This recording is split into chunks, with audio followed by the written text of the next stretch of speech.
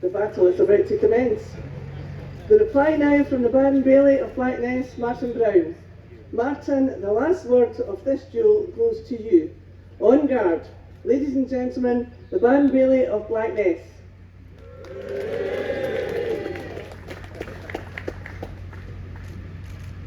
Half this speech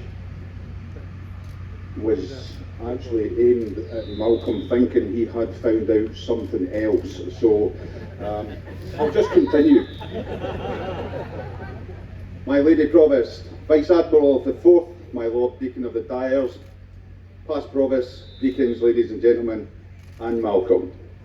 We're back in the ancient port.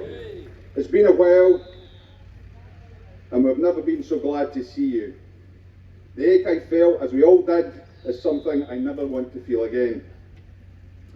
Sorry, I better let Auntie Cathy know that we're back, the unofficial First Lady of Blackness. In fact, you can all help me. If you can all just turn round and after 3, just shout, "Hi Cathy, we're back." Could you do that for me? Just in that general direction there. 1, 2, 3. Hi Cathy, we're back! Thank you very much. Here we go! So, the next part of this says, "Thanks Malcolm for your kind words," and then I've got delete as appropriate. 1, they were appreciated, or 2, you're dead when everyone's away. So I'll just take that last one out, Malcolm. Thank you very much. Kind of thought that Stephen Ashley would have said something that might have brought up some singing, as I said. There is videographic evidence of me singing was it Christmas? Yes. Christmas, aye. Was I drunk? Yes. Was I very drunk? Yes. Was I in tune though? Yes. You must have been in a different room. Quiet. Well, I'm sorry, but knowing this, I had to dig up a wee bit of musical, because I thought he had it, and I thought I was going to get embarrassed, but as it turned out, he didn't, so I live another few hours until somebody finds that video. Malcolm, I'm doing a wee bit of digging. Apparently, Jimmy remembers years before he married Elaine that you were on holiday with him. He knows what's coming. And you became quite the vocal artist with a little number. Just wondering if there's any chance of a wee repeat. This is just not going to work. You might be lucky here, Malcolm. You might be lucky. You might know though. We're happy to be with you, all listeners near and far, and in a song we brought along, we'll tell you who we are. I'm Sandy Mackay. I'm Andy Mackay, 2000 miles away. I'm Andy Mackay, we've got the company. I'll cut your embarrassment short there. Anyway, apparently he was also good at Nelly the Elephant. And in fact, in his new job, his boss at the interview had asked him if he could perform under pressure. He says, "No, but I do a mean Bohemian Rhapsody." But getting dirt on Malcolm isn't easy. Looking for nicknames, nothing. Well, apart from Malky, original. So was there anything else? Well, I checked with, and Malcolm has issues with wind. And he isn't bothered who knows about it or hears it. Julie remembers being left alone at a street corner in New York when you let one go and then just walked off across the road, leaving Julie to apologise for to some very offended Yanks.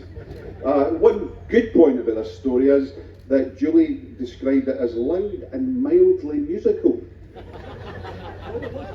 Probably, Indeed, your good lady says that you are outnumbered in the house as well. It's you versus 3 females. That's Julie, the cat, and then obviously Rosie the horse. Julie's described Malcolm as not a very horsey person when they met, but as excelled now, even though Rosie even though Rosie actually runs roost there. But you used, where am I? However, I understand that isn't quite right, is it, Malcolm? No, because you used to have a wee horse on wheels called Dobbin. A horse you used to push about and go and meet your Auntie Margaret as she got in from work. No, not to speak to her, just to eat her chips.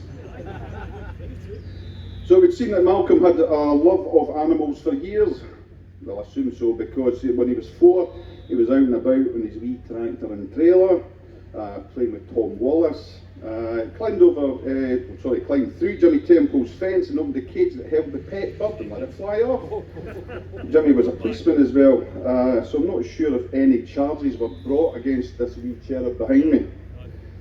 Mon the birds is hardly a defence. Malcolm, I regard you as a good friend. Along with Paul, I have enjoyed many marches heading the procession. We've been shone on, whisked on, and hosed on with silly string. We have discovered a banana tree and a duck that seems to get everywhere. I hope you enjoy the rest of your day. Now the speeches are over. Anyway, we are back. So what's changed in the village? Well, apart from my highway friend up the top that I keep going on about every time I'm up to speak here, his cat's still shitting in my garden. As you can see, we now have our own pub open. Colum is our very own Green King. Only king because he owns the pub. And Green, that's because he's Irish. A busier man I have not met, always something on the go. A new painting, a new sculpture, a new tready fountain. You can find that behind the marquee if you don't believe me. In fact, his latest edition is due to an overheard conversation between Jack and Jean Melville and our Auntie Cathy. Jack, I'm partial to a wee grouse whisky, he said as he sat in the beer garden. Jean, I'm partial to a wee Bell's whisky. Auntie Cathy, just as Colm passes behind, I'm partial to a wee white horse. It's at the front there now. So, Malcolm touched on Braehead.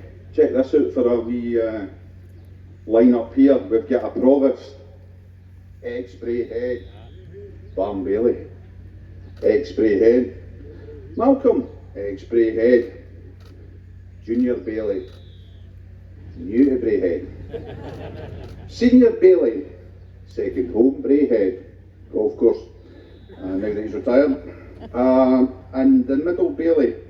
Well, up until this morning, the next line was beard as big as Braehead, but he's kind of shaved that, so, or trimmed it, I think it's like that. Anyway, back to our Junior Bailie though, aka the treasurer, the man who looks after the pennies. William has come up with good ideas and rightly gets credit where credit is due. However, his latest venture has me a tad confused as he's decided, due to having to ship people from by bus back from the Lady Provost house, that we should buy our own buses. I said, yeah, what are you going to call them? Bailie buses. Now he says, we'll just stick my face on the side and call it mega buses.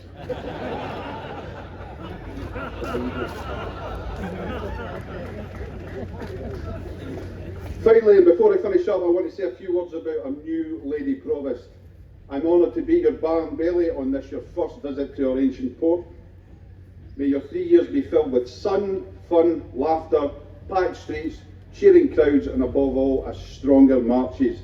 And I'd like to make a wee presentation to yourself on this day.